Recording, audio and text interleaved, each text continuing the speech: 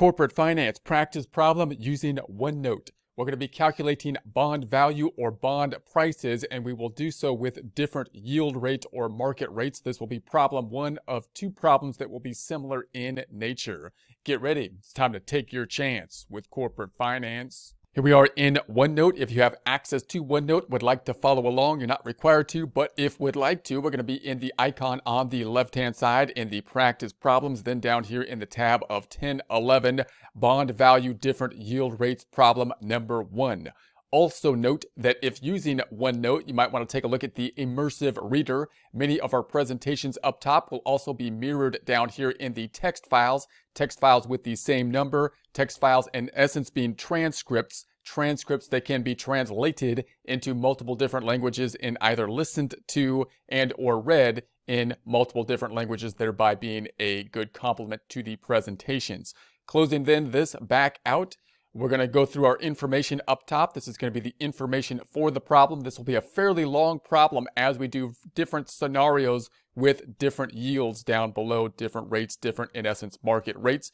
And we'll do those calculations in a few different ways because they will involve present value calculations as we have seen in prior presentations. So scenario is going to be, we have bonds outstanding, par value, we're going to say is the 1,000, the percent, 10%. We're going to say that they mature in 15 years. This information up top, you can imagine if you actually had a physical bond, that it would you get that from the face of the bond. So if I had a physical bond and say, yeah, face amount of par value, 1,000, percent, we're going to say 10%. That's going to be the bond rate, not the market rate. That's where the difference will be oftentimes matures in determining where the ending date would be. We're going to say 15 years. Then the thing that's not on the bond would be the market perception of the information with regards to the rate, what the market expects in terms of a return, and we can then compare that to the return on the bond. Note that when issuing the bond, the corporation would typically, the issuer of the bond would typically be trying to get to a rate that would match the market rate. And if that were the case, then the value of the bond, the price of the bond would be the same as basically the par value or the face amount of the bond. However, if the rate on the bond is different than the market rate, which will happen as time passes, then the value of the price of the bond, if you want to sell it, then will change with regards or with relation to the market rates. So these would be determined by the market, of course. And if the market rate was less than, you can kind of think about, well, what's going to happen in this scenario if we have a different market rate to the rate that's on the bond? Well, we can't change the bond rate. What will then happen? We have to have a premium or discount. So in other words, when we issue the bond, the rates would typically be the same. Issuance then for basically the par value. If the rates are different, then if we're thinking about ourselves from the perspective of the seller, we're trying to sell the bonds. Let's imagine a situation where the rate is below the rate that's on the bond. If we're the seller, we're going to be out there saying, I'm trying to sell my bonds. And we're going to say, hey, look, you can't get a bond like our bond and get 10% on it. You can probably only get 9% out there or something below. And therefore, we, as the seller, kind of have the advantage in that case, and we could sell our bond for something greater than the par value. So you would expect the price to be greater, thereby selling it at a premium, an amount above the amount on the bond. If, on the other hand, the market rate was higher than the rate on the bond, then you can imagine us as the seller trying to sell it and people on the market saying, look, you're only giving me 10%. I can go somewhere else, get a bond very similar and be getting, say, 14%. And if we're trying to sell the bonds, we're going to say, they're right. They're right. I can't sell my bonds at this rate for the market. So what I can do, I can't change the rate. I can change basically the price of the bond. And therefore, the price of the bond is going to be something below than the face amount or the par value of the bond. So that's what we would expect to happen. Let's go ahead and calculate those. As we do, remember that if the rate was the same, then as we do these present value calculations, if the market rate and the rate on the bond were both 10%, for example, and I did these same calculations, we would come up to the face amount of the bond, or 1,000. In a future problem, we'll actually do that, but that fact can be actually a little bit confusing as we do these present value calculations. When these two things are different, then we're going to come out to something different for the price versus the par value of the bond. Okay, so let's do this. There's two components to the calculation. That's why many times present value problems like bonds, because the bond has then amount that's going to be paid. We're going to say that these payments are going to be annual payments in this case. So, and that's going to be determined by the percent on the bond, not the market rate. So we're going to take the par value times that 10%. That's how much is going to be paid. In this case, we're saying that that happens annually, thereby being an annuity. It's going to happen until the termination of the bond, which is 15 years. Therefore, if we want to present value the value of the bond, we have to take that series of annuity payments that we would be receiving if we had the bond and present value them.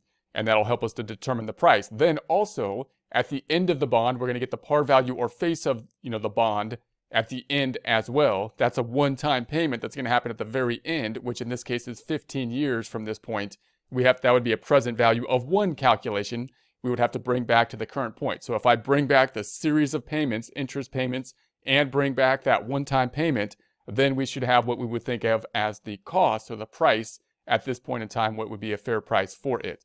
So that's what we will do. We're going to do it one at a time here. We'll do it first with the 9% rate on the market. So we'll have the annuity formula up top, which is going to be P times 1 minus 1 plus R to the negative N over R. And if we plug this in, P is going to be the 1,000 times the 10%. That's going to be the annuity portion of this times 1 minus 1 plus R. The rate is going to be 10%. We're assuming these are annual payments, so therefore rate is an annual rate. To the negative N, that's going to be the number of years, in this case 15, because once again they are yearly and we're talking the number of years of 15, divided by the rate, which is again 10%. Let's put that in a table type of format here. We're going to say then the 1,000 times the 10% is the amount of interest that would be paid then. We're saying annually. That's going to be P, $100. Then we're going to do the numerator, 1 minus 1 plus R. I'm going to pull the 1 into its own column. Then in the inner column, we're going to take a look at that 1 plus R to the negative N. So we've got 1, the rate is going to be that 9%, 1% plus 9, or 100%, or 1, or 100%, plus 9% is 109%. Taking that to the negative number of periods, in this case years, 15, that's going to give us our 0.274538 and so on. Let's do that with a trusty calculator. Remember, if you have a calculator that you need to do this with, you need one in which you can take it to the power of negative 15. In this case, I'm doing the scientific calculator here. So scientific, we'll do a scientific type calculation, which would be 1 plus the 0.09. That's going to be the 1.09 or 109% to the power of, which is this x to the y here with a little caret. And then that's going to be 15, and I got to make it a negative now. So I type 15 first, and then this little negative thing down here. And then that then is going to give us that 0.2745 and so on. Going to transform this back to my standard calculator, make it a little bit smaller there. Then we're going to take our 1 minus this estimated number, 0.27453804, and that's going to give us about this 0.72546 and whatnot. Then we take that divided by the denominator, R, which is just 9%, divided by R, 0.099%. That gives us, I got to make this a little larger because it's doing funny stuff, that number, about, because it's rounded. And then we could take the num divided by the denom, and that's going to be then the 100. I'm sorry, we're multiplying out the final portion. That's going to be the 100 here, times the 8.060688 and so on, gives us about 806.07 about. So that's going to be the annuity present value in the annuity portion of it for these payments, not presenting value yet, the present value of 1. I'm going to do that calculation a few more times now before we move on to the second component, the present value of the 1 here. Let's do it with a running balance. I'll do this fairly quickly. Note that this being an annuity, a series of payments that are all the same, we could break that down then to 15 present value of 1 calculations, tedious to do by calculator or by hand, but easy to do with Excel and can give you a better idea of kind of what is going on. We can also calculate the entire thing in this format, which I'll show you as well. So if we say period 1, we got that $100. That's going to be the 1,000 times the 10%. $100, that's the series of payments that's going to happen for 15 years. If I present value that, I'm not going to do the calculation. We'll see a present value calculation in the future. We're going to assume we do this with Excel, which is quite easy to do. We do have this problem in Excel, so if you want to take a look at that, you can do so.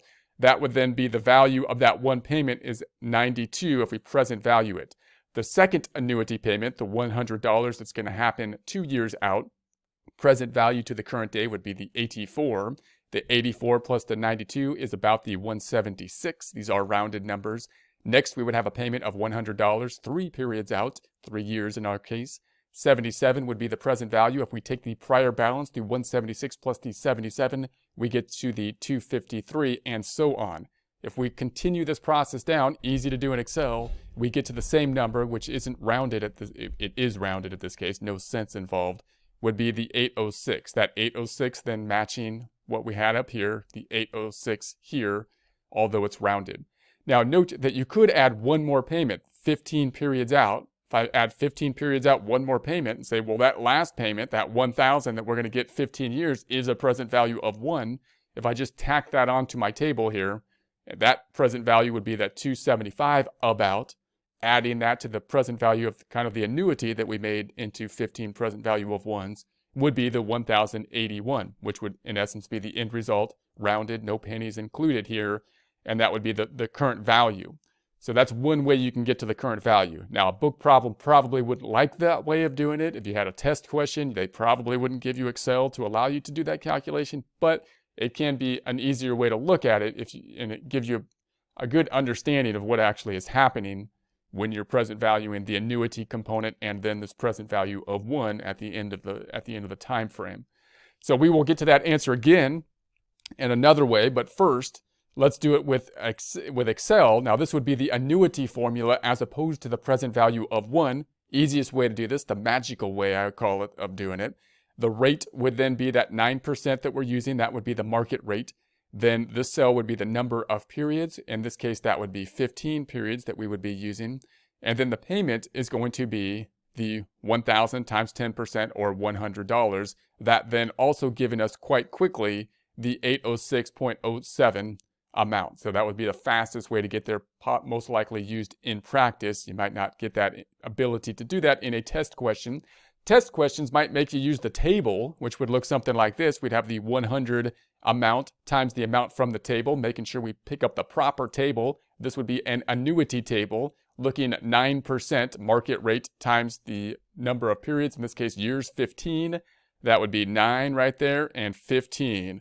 8.0607. So there's the 8.0607. If we multiply that times the $100, we get the 806.07. And that then matches what we have up top. So those are the ways that we can get to this, or some ways we could get to this with the annuity component. Now let's present value that 1,000 component and then add them together. And that would then be what we would expect to be basically the fair price at this point in time. For this, we'll use the present value of 1, PV equals future value times 1 over 1 plus R to the end. Future value then being the 1,000, the one-time payment we're going to get at the end maturity date of the bond, over 1 plus R. In this case, we're using market rate, 9% to the N, number of periods, in this case years, 15. So if we plug that into a table type of format, I'm going to put the 100, which is kind of like the numerator, future value, in the outer column. And then the 1 plus R to the end is going to be 1 plus R, 9%. That's going to be 1 plus 9%, 109% to the N, to the power of 15. I won't do the calculation this time, but you need that scientific calculator, making sure you have the capacity to do to the power of. If you're using Excel and you have to then transform to a test question somewhere where they give you a calculator, make sure you know how to use the calculator that they give you, because it can be kind of frustrating, almost embarrassing if you don't know how to use the calculator. So the 109% to the power of 15 gives us that 3.6424825. And then if we take the numerator, the num, the 1,000 divided by the denominator is going to give us that 274.54. So taking the prior balance we got, the present value of the annuity, the 106.07, plus the present value of the 1,000 we're going to get 15 years later, the 274.54 gives us the 1,080.81, which is the same answer, although it has pennies, that we got to up top, the 1081 in yellow.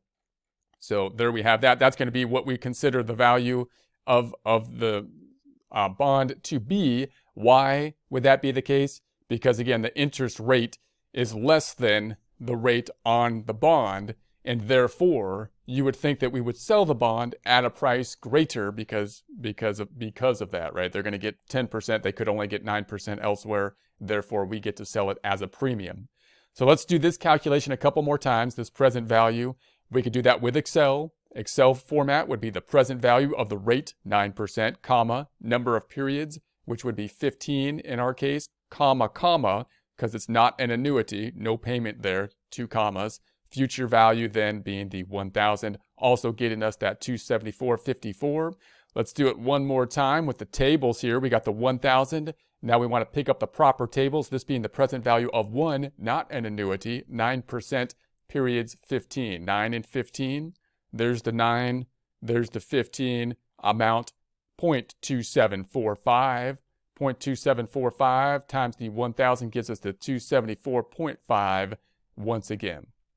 Let's do it again. This time we're going to be calculating with the 11%. So now the amount on the bond we're saying is 10%, but the market rate now is 11%. So if we imagine ourselves trying to sell the bond, we're on the seller side of things now. You can imagine yourself on either side and negotiate it.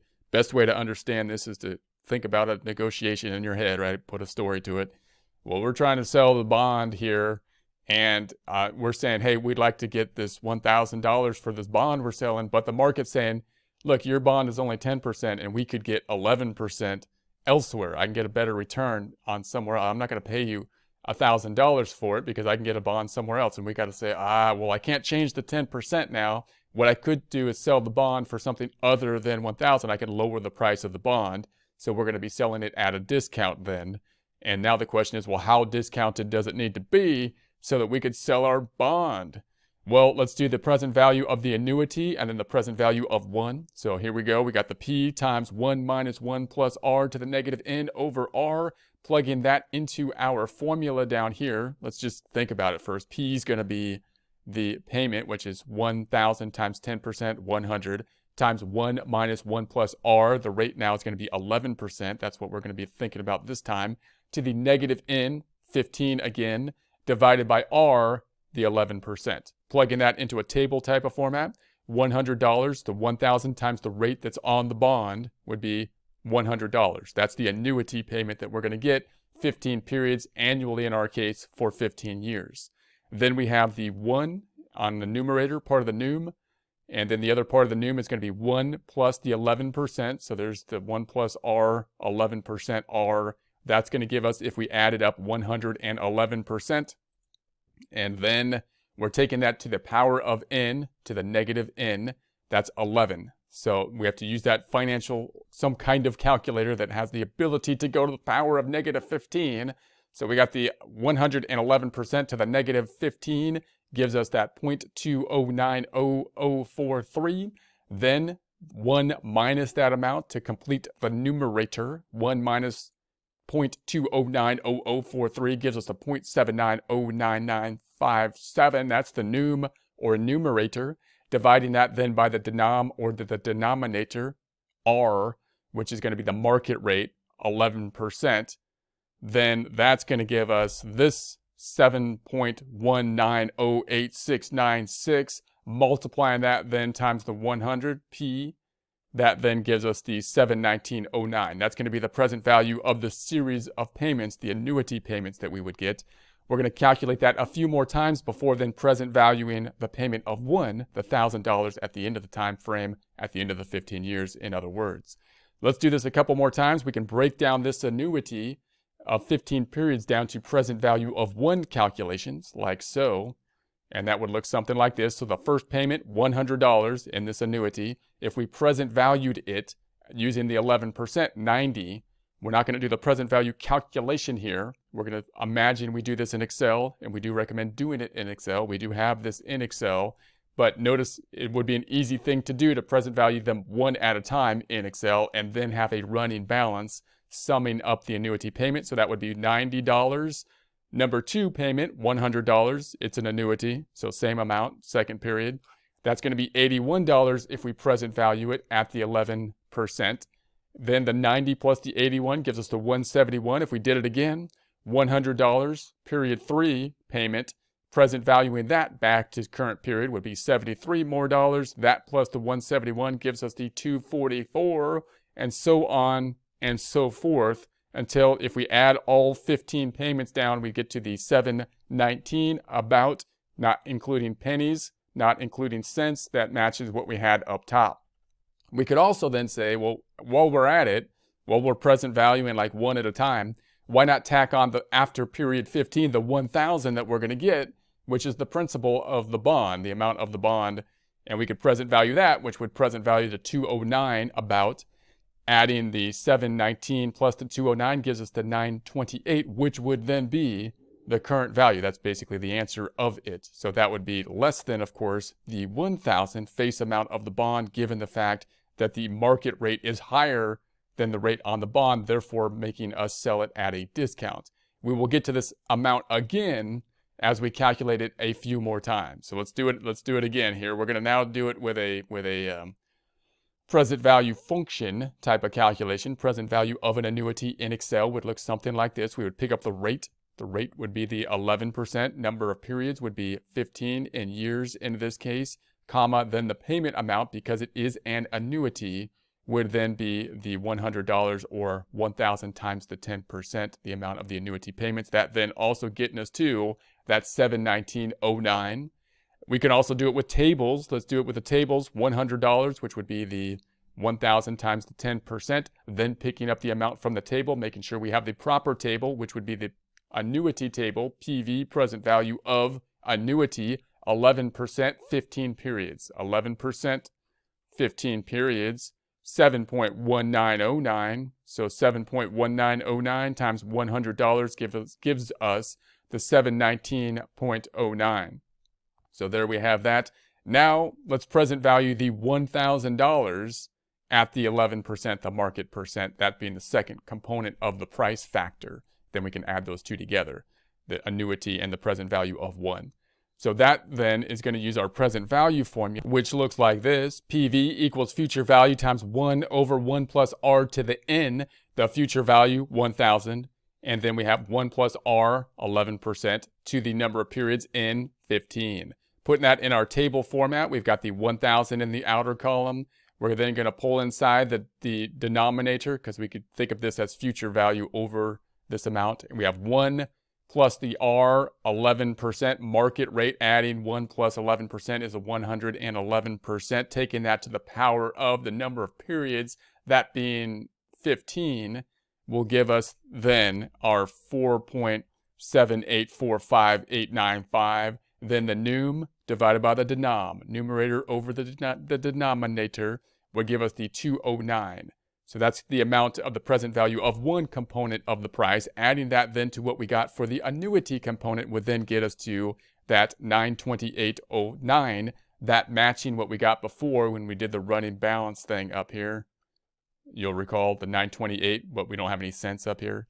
So that's then going to be the price. At the 11%, it's less than the value of the bond, because the market rate is now higher than the rate on the bond, resulting in us needing to sell it, if we want to sell it on the market, at a discount, at an amount, at a price less than the amount on the face of the bond. So then if we go down, we can do this again. Let's do it again with the tables. We got the 1,000, making sure that we pick up the proper table. This is present value of 1, not an annuity at this time. We're looking at 11% and 15 periods. So 11% right there, 15 periods right there, 0.2090. So 1,000 times 0.2090 gives us the 209.00. So there it is there again. Let's do it another time. This time we're going to say that the market rate is 14% and our rate is 10%. So once again, story, like we have this bond and we want to get money for it. So we want to sell it. And but it's a 10% rate, and we tried to sell it, but people on the market are saying, look, there's bonds out there that are similar to yours, and we can get a return of 14%. We're not buying your bond because you're only going to be paying us 10%. And so if we want to get the money, if we want the money to sell our bond, we're going to have to say, okay, if that's really the case, then the market wins, because the market is the market. So we're going to have to sell our bond for something less than the face amount. So we'll have to sell it at a discount. So we expect then the price then to be less than the face amount. How much less? Well, let's do the calculation. So now we've got the present value format, the new 14%. We're looking at the annuity component here. Same kind of process, now using the 14%.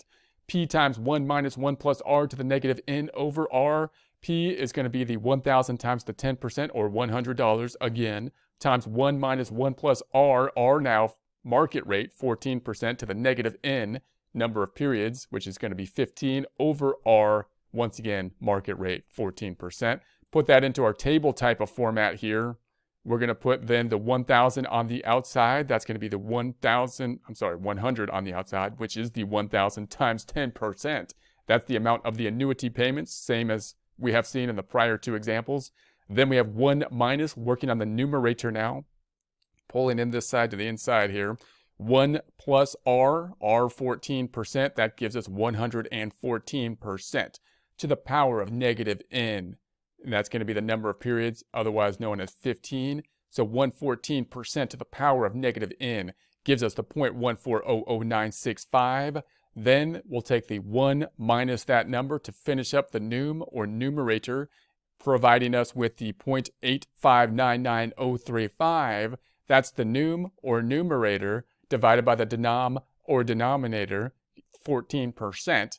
So the num divided by the denom, the 0.8599035 divided by the 14%, pulling that out to the outside gives us the 6.1421680. That times the P, or 100, will give us the answer of 614.22, that being the present value of the annuity portion. Then we're going to have to present value the 1,000 present value of one portion at the 14%. We'll do that later. First, let's do this calculation a few more times. We can break that annuity down to present value of ones, 15 of them. If we did that, similar process. Period 1, we got $100 in our annuity. And if we present value that, we're imagining we use Excel function to do it nice and easy for us. $100 present value would be 88, present value this time at the 14%. That gives us the $88. Period 2, or payment 2 in period 2, $100. Present value now would be at the $77. 77 plus the 88 would give us the $165. Period 3 payments, again $100, present valuing back 3 periods, that being 67. 67 plus the 165 gives us the $232, and so on and so forth until we get down to the 15 periods and the result of the 614, once again matching the 614 we got to up top. Also note that we could just continue this process down and say, hey, why don't we just present value the 1,000 that we're going to get after 15 periods as well, the face amount of the bond, the principal of the bond. We can do that. Adding that in, 114 would be the present value at that 14% of the 1,000 after 15 periods. Adding that to the 614 would give us the 754, that then being in essence the result, the answer, the price that we would come to, that price being less than the face amount of the 1,000 down below, resulting in us having to issue at a discount due to the fact that the rate on our bond is less than what is perceived to be the market rate. So we'll get to that answer again. Let's do it a couple different ways. So we're going to go back down here. We could do this annuity calculation with Excel. So now we're getting to this number. We could do that with an annuity calculation in Excel, which would be the present value of the rate, this time 14%, comma, number of periods, 15, in this case years, comma, payment is going to be then the amount of the 1,000 times the 10%, or $100, that giving us the 614.22, again, the annuity portion. We can also calculate the annuity portion using our tables, that $100 being the 1,000 times 100, picking up the amount from the table at 14% and 15 periods. There's the 14%, there's the 15 periods, that's going to be the 6.1422. $100 times 6.1422 gives us the 614.22 amount as well. Now let's do the second half. We're going to present value the 1,000, the principal, the payment at the end of the 15-year period. For that, we would use the present value of 1 formula, which would be present value times future value over or times 1 over 1 plus R to the N. The future value is going to be that 1,000. 1 plus R, R is now 14% to the number of periods, in our case years, 15. Putting this into our formula table format, the 1,000, which you could think about as being over would be the numerator, 1,000. And then 1 plus r to the negative n is 1 plus the rate, 14%. Now, 100% plus 14%, or 1 plus 0.04 would be 1.04, or 114% to the power of the number of periods, 15. That then, if we take the 114% caret, or to the power of 15, we get 7.137938. And if we take that, and then if we take that, what happened here? Did I move that down? If I take that and take the num divided by the denom, we get the 140.10. That's the present value of the single amount. If I then add that to the present value of the annuity we got last time, we get to the 614.22 plus the 140.10. That gives us the 754.31, that being the end result, that being the price. It's lower than the 1,000 due to the fact that the 10% on the bond is less than what could be gotten on the market for other securities, therefore selling at a discount and amount lower than the face amount. Also note that that 754.31, we got to that up here in this yellow number up top, 754. It's not rounded, but same number done there. So we can do it that way too. So now let's calculate. We're just going to round this out by calculating this 140 a couple different ways. Scrolling down, we could do this with Excel. We could say negative present value, and then the rate is going to be the 14%, comma, number of periods, this time 15, comma, comma, because this is not an annuity, but present value of 1. And then we pick up that $1,000. That would give us the 114.10 again. And then we could do it with the tables as well. So tables, we're going to say making sure we pick up the proper table, which would be the table that would not be an annuity, present value of 1. We're looking 14%, 15 periods. 14%, 15 periods. 0.1401, $1,000 that we would get at the end of this process times the 0.1401 gives us the 140.01 calculated there. Again, similar to, if not exact, to the it is exact here, but the tables could round it, so be careful of the rounding.